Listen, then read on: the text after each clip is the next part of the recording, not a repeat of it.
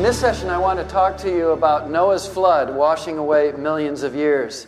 You know, we look at the world that we live in, and we drive along the freeway and we see road cuts, or we go on a family vacation out to the Grand Canyon, and we see those layers there, and we have to ask the question, when and how was all of this formed? How did these layers of rocks get there?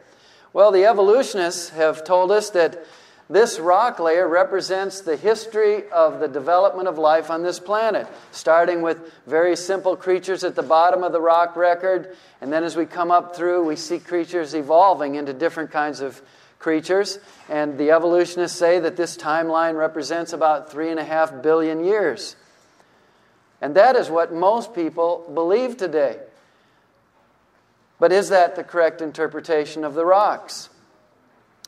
And what does Noah's flood have to do with washing away millions of years? Well, Noah's flood is absolutely critical to this question of the history of the earth. And if you study the writings of people who believe in an old earth, most of them ignore the flood. All they look at is Genesis 1 and try to figure out how to fit millions of years into Genesis 1, but they ignore the flood. But the flood is absolutely critical to this question of the age of the earth. So I want to talk to you about the flood, first explaining some of the biblical evidence and then looking at the rocks and the fossils. There are 4 views of the flood that have been held in church history. The first is the historical global catastrophe view. Every one of those words is important. This view says the flood was historical. It happened in time-space history. It was global. It covered the whole planet, so there was no dry land anywhere when the flood reached its highest point. And it was a catastrophe. It was a flood of unimaginable, catastrophic destruction.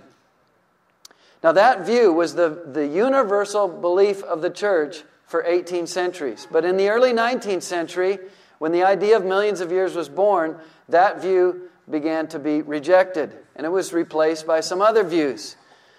One view was that the flood was a historical, local catastrophe. It really happened in time-space history, but it was localized in the Mesopotamian valley of the Tigris and Euphrates rivers, modern-day Iraq. And it was just described in Genesis in exaggerated language. Other people said, no, it was a global flood, and it was historical, but it was a global, tranquil flood. It was so peaceful that it left no geological evidence, and therefore we don't have to try to harmonize the flood with the geological record.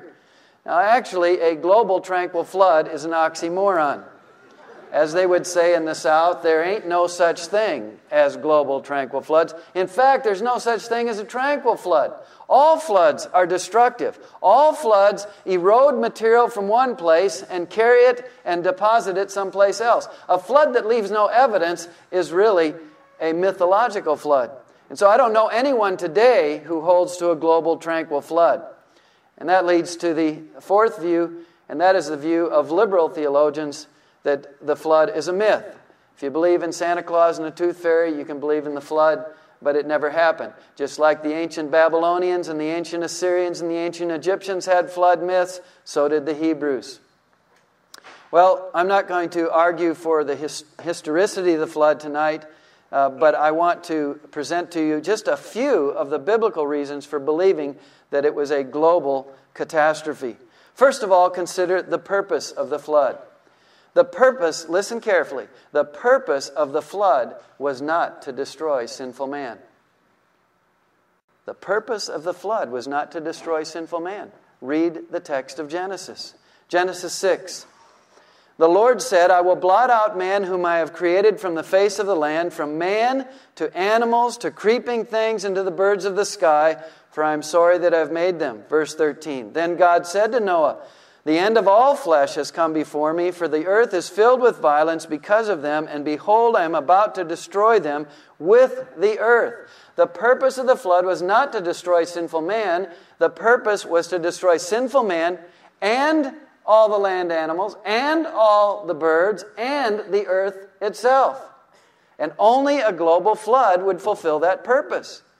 If the flood was localized, then it wouldn't kill all the animals and all the birds. The animals and the birds living in North America, South America, Europe, Asia, Africa, and Australia could care less whether there's a flood in the Middle East. Only a global flood will get all the animals.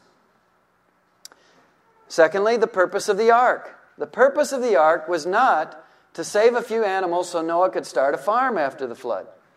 The purpose of the ark is very clearly spelled out in Genesis chapter 7. Then the Lord said to Noah, "Enter the ark, you and all your household, for you alone I have seen to be righteous before me in this time.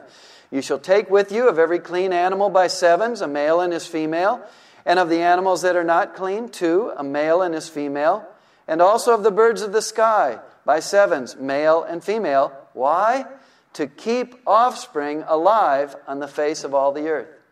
If the flood was local, the ark was completely unnecessary. It was a ridiculous building project for God to give to Noah. All he'd have to do is say, "Hey, Noah, I'm letting you in on a secret. I'm going to send a flood in your area. Why don't you go on a long vacation to Europe?" The animals and the birds have no problem. Animals and birds often sense natural disaster coming, like a forest fire or something. They move out of the danger zone. Even if all of them were killed in the floodplain, in a local flood, animals living outside that would just migrate back in after the flood and repopulate the area. So there'd be no need for a flood. Only a global flood fits the purpose of the ark. Because if it was global, there was no place for any creatures to survive.